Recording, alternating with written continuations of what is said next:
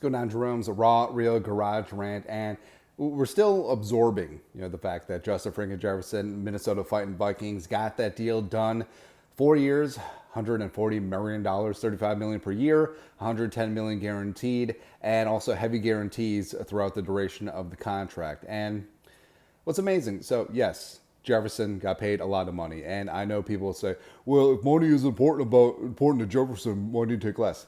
Jefferson deserved to be the highest paid receiver in NFL history, the highest paid non-quarterback in NFL history. He deserved it, right? And this is not the Kirk Cousins contract, the whole debate thing, because there is no doubt that Jefferson is the best at his position in the game. There's no doubt that, knock on all the wood, JJ will eventually be a future first ballot Hall of Famer. We're talking about a legitimate generational talent.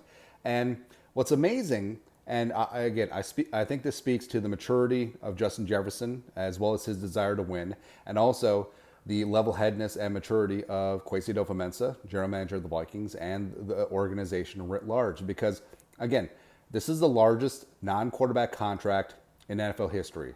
This is a major, major deal. And the fact that this thing got done with basically a zero goose egg D'Angelo Russell drama, it's unprecedented. And again, you really have to respect how Jefferson's agent, William Morris, Jefferson's agency, William Morris Endeavor. I didn't want you to think that his agent is really named like Bill Morris. And also the Vikings organization, because I think they approach this the same way. It's like, hey, I want to be here. You want me here. Let's get something done. We're on the same side. And yes, I deserve to be compensated fairly. And let's get this thing done. And that's exactly what happened. And you've seen lesser deals be taken to the mat. Like you're seeing CeeDee Lamb and the Cowboys right now. CeeDee skipping mandatory minicamp. You saw Nick Bosa and the 49ers last year, where Bosa literally held out for the bulk of training camp, right?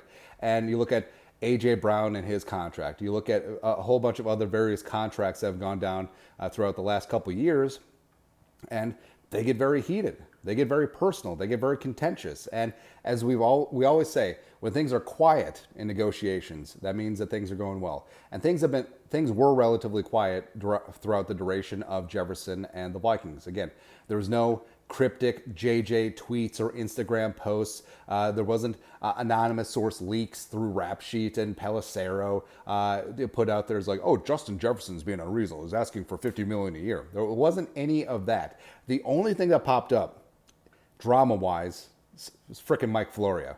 Or did you know they tried to trade from league neighbors? And then people ran with that because it's an echo chamber and people were bored. It was a slow time of year. Right? Other than that, there was nothing.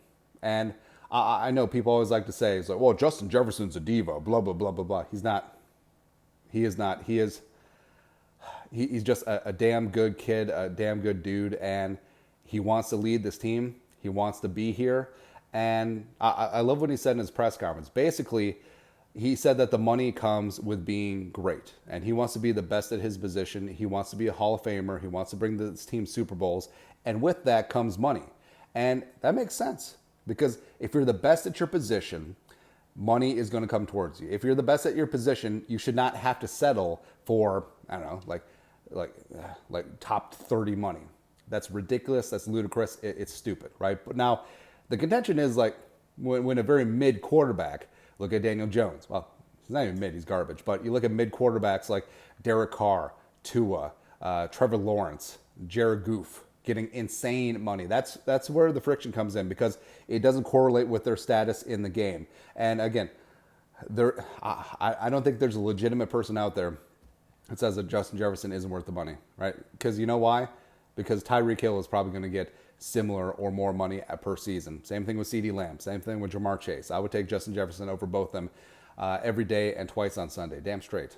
You're damn right. Because not only is he the best on the field, in terms of temperament, in terms of leadership, in terms of grind, in terms of setting an example for players on your team, for the culture of the organization, Justin Jefferson is it.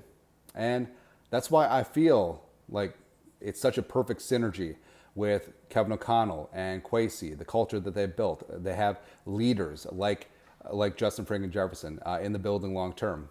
It's fantastic, and it's something that where we're used to contract drama, right? And again, what's interesting is that Kwesi with extensions here, it's been relatively calm. I mean, JJ, the largest deal for a non-quarterback. I mean, smooth. It was glass out there, man.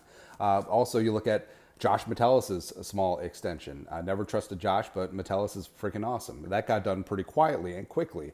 Hawkinson, I mean, sure, Hawkinson had his ear infection thing, but that didn't get taken to the mat. It got done. And even you look at the year-to-year renegotiation with Daniil before he was ultimately let go.